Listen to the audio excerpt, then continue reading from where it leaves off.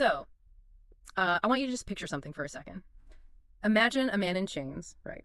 He's shivering in the freezing hull of a ship, headed toward a guaranteed death sentence. Under Nero, no less. Yeah, exactly. Under Nero. I mean, arguably the most brutal emperor in history. And this prisoner has no money, no army, zero rights. That's completely stripped of agency. Right. To any casual observer, he is the absolute picture of just, well, total powerlessness, a victim about to be completely crushed by the state. But the wild thing is, he is actually the most powerful man in the Roman Empire right now. It's really one of the most compelling visual contradictions in all of history. Because on paper, yeah, you have a captive who has lost everything. But when you peel back the layers, the cultural and historical layers, the power dynamic is actually totally inverted. And that's exactly what we're getting into today. In this deep dive, we are unpacking the final journey of the Apostle Paul to Rome. Right, which is just a fascinating trip. It really is. And we're drawing on a solid stack of sources for this. Historical texts from the era, cultural analysis of the ancient Mediterranean, and a very specific biblical account from Acts chapter 28. Yeah, we've got a lot of rich material to work with. We do. And our mission today is to figure out how a seemingly helpless prisoner actually entered the heart of the ancient world as a spiritual conqueror. Through this 2,000-year-old story, we're going to explore, the illusion of control, the mechanics of true freedom, and what real human connection demands when everything is on the line. I love that.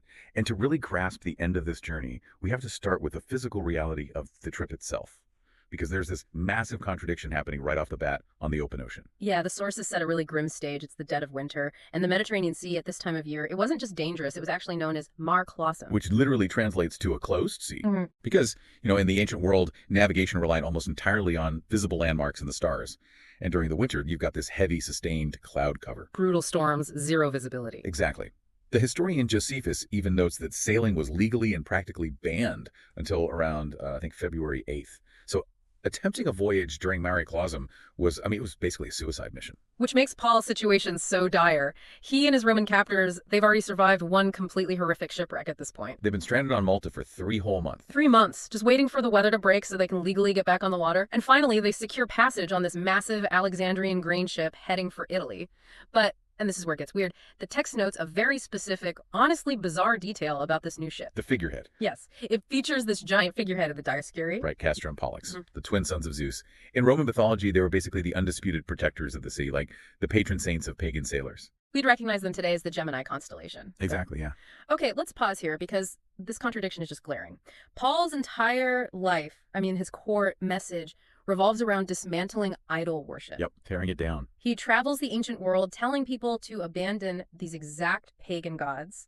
And yet, for the final leg of his journey to Rome, he hitches a ride on a ship literally branded with 2 giant carved pagan deities. It does seem completely counterintuitive. It feels wildly hypocritical. If we put this in modern terms, that's like, it's like the CEO of Apple getting caught by the paparazzi using an Android phone as his daily device. That is a great analogy. Right. Why wouldn't a man of his intense convictions just refuse to board that specific ship? Well, from an optics perspective, yeah, it seems like a terrible branding choice. But you really have to look at this through Paul's radical worldview. Because in his earlier writings, he states quite literally that idols are, quote, nothing. Like zero substance. Exactly. To him, they possess no actual spiritual weight. They aren't rival gods to be feared. They're just, wood and paint? Just wood and paint. Think about how a child reacts to the idea of a monster under the bed. Oh, total panic. Right. To that kid, the space beneath the mattress is a zone of total terror. The illusion of the monster dictates their entire reality. They won't let a foot hang off the edge. They won't walk across the room in the dark. Because the fear itself is completely real to them, even if the monster isn't? Precisely. Yeah. But then a parent walks into the room, and the parent knows the space under the bed is empty. They don't, draw a sword and dramatically declare war on the dust bunnies to prove a point. Right, they just casually reach under the bed and grab a dropped toy, totally unaffected. And that is the exact dynamic on this ship. The panicked ancient sailors are the terrified child in the dark.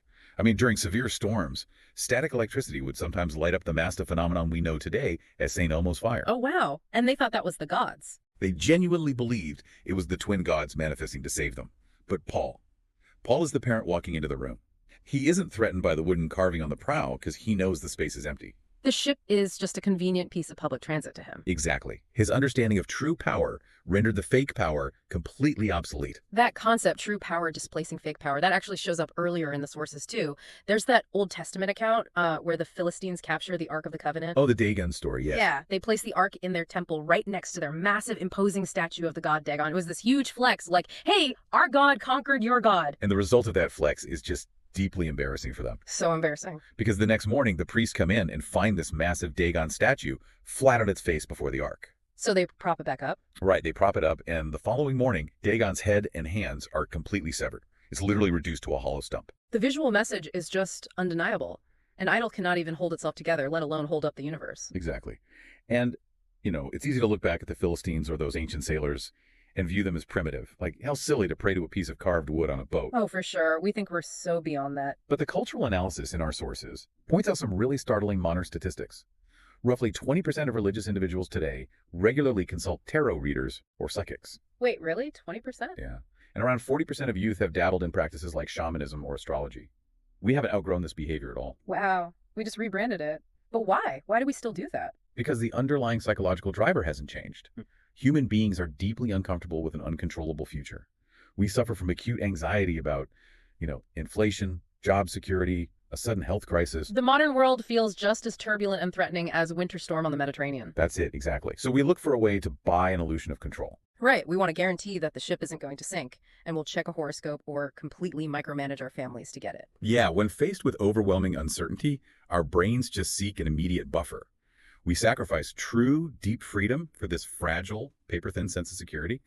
But Paul navigated that closed sea with absolute spiritual freedom because he trusted the architect of the ocean, rather than a wooden carving designed to soothe his anxiety. That spiritual freedom is profound out on the water, but the logistics of this journey get even stranger once his feet finally hit dry land in Italy. Oh, they definitely do. So they dock at a major port called Puteoli. Right, and this is where standard Roman imperial protocol clashes violently with the reality of Paul's mission. Because Paul is a high-profile, maximum-security political prisoner, he is slated to face Emperor Nero, who is not exactly known for his gentle disposition. No, not at all. So by all accounts of Roman law, the procedure here is straightforward, right? You march the prisoner straight up the road to Rome, you throw him into a secure cell, and you wait for the trial. That would be the standard operating procedure, yes. But that is completely ignored here. The text explicitly states Paul is permitted to stay in Puteoli and spend 7 full days with local Christian friends. What kind of ancient penal system allows a man facing capital charges to take a week-long vacation with his supporters? If you look solely at the military guidelines of the era, it is an astonishing failure of protocol. It makes no sense. But to understand it, we have to really consider the psychological state of Centurion Julius, the Roman guard who was responsible for Paul. Right. Julius has been literally chained to this man for months. Exactly. He has watched Paul accurately predict a shipwreck, completely take command of a panicked crew, and pray for the preservation of all 276 lives on board. And every single one of them survived. Everyone. So to Julius, Paul has totally transcended the category of criminals. He's operating with this undeniable divine authority. This unprecedented leniency isn't negligence. It's born out of sheer, unadulterated awe. Julius realizes he is escorting someone operating on a completely higher schedule. Yes, but the specific duration, those 7 days, is the really brilliant mechanical detail here. Because of the distance to Rome, let's look at the map for a second. Puteoli is roughly 130 miles or 210 kilometers south of Rome. Right, and on the Roman road system, for an able-bodied person walking at a steady pace, that is roughly a 5 to 6 day journey. Which sheds a whole new light on the timeline. Because if Julius had marched Paul straight to Rome the moment they disembarked, Paul would have arrived as an anonymous prisoner. Nobody would have known. He likely would have been thrown directly into the Mamertine prison. And we really should clarify what the Mamertine prison actually was, because it wasn't just a standard jail cell. It was this notoriously damp, lightless underground dungeon right in the center of Rome. Just a horrific place. It was where high-level enemies of the state were thrown to be subjected to sensory deprivation, or forgotten, or quietly executed. It was literally designed to break the human mind before the trial even began. So if Paul goes straight there, the local Christian community in Rome has absolutely no idea he's even arrived on Italian soil. But because Julius grants this 7-day delay, a massive communication buffer opens up. It gives exactly enough time for the local believers in Puteoli to sprint up the road to Rome and deliver the news. Paul is here, he survived the sea, and he's walking up the road right now. And this communication buffer sets the stage for what has to be the most mind-bending scene in this entire historical account. The Roman believers receive the news, and they orchestrate an astonishing reception along the Appian Way. Yes, the text specifies they march out to meet him at 2 locations. The Appian Forum, which is 43 miles outside the city, and the 3 taverns, 33 miles out. Walking over 40 miles just to greet someone is a staggering physical commitment. It's an extreme physical feat, absolutely. But the cultural weight of what they are doing is even heavier, because they are participating in a Roman practice known as the Oikrous. An Oikrous. Break down the mechanics of that practice for us, because this is key. Right, so in the ancient world, an Oikrous was a highly formalized, state-level honor. It was typically reserved for victorious generals returning from a massive conquest or, for an emperor arriving at a city. Okay, so a huge deal. A massive deal. The citizens would leave the safety of their walls, travel out to meet the dignitary on the road, and formally escort them back into the capital. It was this very public declaration of legitimacy and submission. But Roman society was built entirely on a patron-client system, right? Everything was a transaction of power. Everything. You only offered that kind of extreme public honor if you were gaining political or social capital in return from the person you were elevating. Precisely. And giving it a cursus to a chained, doomed man on trial for his life offers zero return on investment. Right. In fact, it is a massive political liability.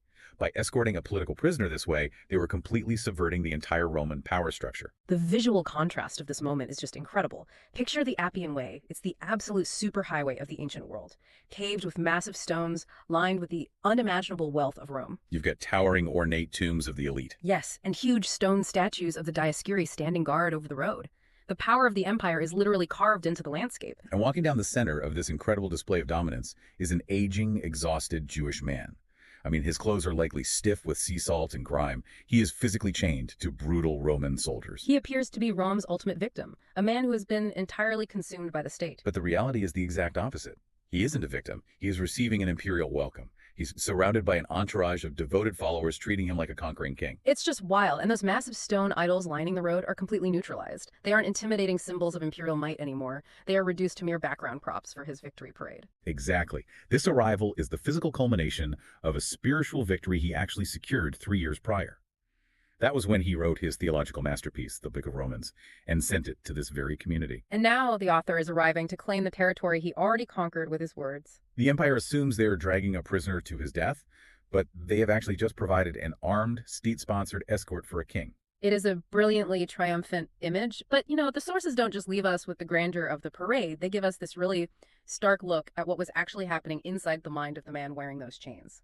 The text records that when Paul saw the people who had walked out to meet him, he, quote, thanked God and took courage. Which is a deeply vulnerable admission, because if he had to take courage, it implies he was currently lacking it. And this requires us to really examine our assumptions, because this is the Apostle Paul we're talking about. Right, the guy who shakes off venomous snake bites. Exactly. Survives violent shipwrecks, commands terrifying authority. We tend to view him as this theological superhero. So why would a man with that kind of resume be secretly terrified as he walks up the road? Well, viewing him as a superhero robs the story of its profound humanity. Paul was an exhausted, traumatized, aging man. He had just endured the physiological nightmare of a winter shipwreck. And he's chained to a soldier 24 hours a day. Stripped of all privacy and dignity. And he is marching step by step toward an audience with Nero, a dictator who was infamous for lighting human beings on fire to illuminate his gardens. I mean, the isolation and dread must have been utterly crushing. He was probably battling an intense psychological darkness, wondering if his letters even mattered, or if anyone in Rome actually cared that he was walking toward his execution. And his courage in that moment didn't come from a sudden burst of abstract theological insight. It didn't arrive via a glowing angel dropping from the clouds. Right. His courage materialized when he looked into the dirt-smudged, sweat-drenched faces of his friends. It came from feeling the physical proximity of people who loved him enough to abandon their own safety and walk 40 miles just to stand near him in his darkest hour. God's invisible promise took on flesh and bone through a physical community. God's invisible promise took on flesh and bone. Wow. That highlights a massive friction point between the Roman way of life and the reality of this Christian community. Because the Romans dealt with fear through cold transactions. If you were terrified of a storm, you go to a temple, you sacrifice an animal, and you purchase a sliver of psychological safety. You pay a toll to protect yourself. Right. But the Christians acted sacrificially. Associating with a high-profile enemy of the state in the shadow of Nero's palace was incredibly dangerous. They had no idea if they would be arrested simply for offering Paul a cup of water on the road. They completely bypassed the self-preserving transactions of Rome, and they risked their own lives to be physically present with a man who had absolutely nothing to offer them in return. Think about the last time, a friend was going through a severe crisis. Maybe they received a terrifying medical diagnosis, or their marriage collapsed, their career evaporated overnight. Our modern instinct is highly transactional too. Oh, absolutely. It is so tempting to just send a quick text message like, thinking of you, or sending good vibes, just to check a box. We do it because it costs us nothing, and it makes us feel like we addressed the problem without getting pulled into the mess. But offering a shallow cliche to someone standing on the edge of a cliff provides absolutely no structural support. It is practically useless. True comfort. The kind of comfort that gives a terrified man the courage to keep walking toward a prison cell, it requires mileage. Yes. It is driving to their house when it is wildly inconvenient. It is sitting on their couch in total silence when there are no words that can fix the problem. True comfort is sacrificing your own peace of mind to physically enter their darkness and hold them up. The believers from Rome, they didn't have the political power to stop the trial. No, they couldn't pick the locks on his iron chains.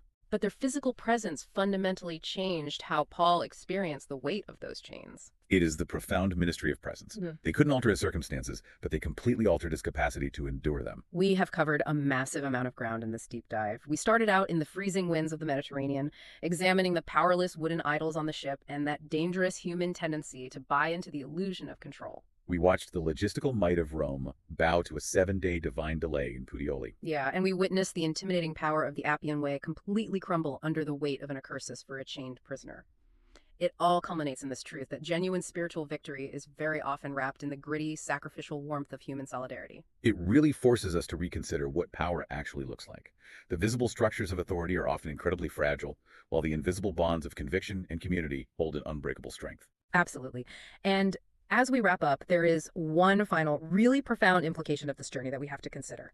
I want you to think about the unspoken psychological shattering happening in the minds of the Roman guards accompanying Paul. The soldiers who were essentially the enforcement arm of the empire. Right. These men were raised in a society that believed Roman military might and the pagan pantheon were the absolute, undisputed center of the universe. Their entire worldview was built on dominance and control. Control was everything. Yet, on the singular assignment, they watched their patron gods fail completely to stop a storm. They watched a chained prisoner command their survival.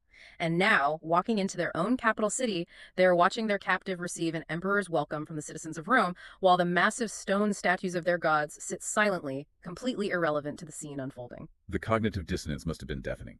Every assumption they held about who was actually in charge of the world was systematically dismantled right in front of them. The very system they served was cracking from the inside out, simply by witnessing the quiet conviction of one man and the sacrificial love of his community. So the next time you feel trapped by the chains of your current situation, whether that is an overwhelming job, an extended illness, or a suffocating season of anxiety, ask yourself this: who might be watching you walk through your trial?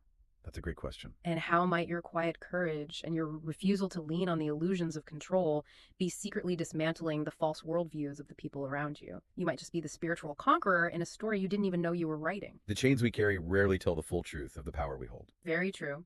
Remember to always look past the surface of the information you consume. Don't let the monsters under the bed dictate your reality, and always be the friend willing to walk the 40 miles. Thanks for taking this deep dive with us. We'll catch you next time.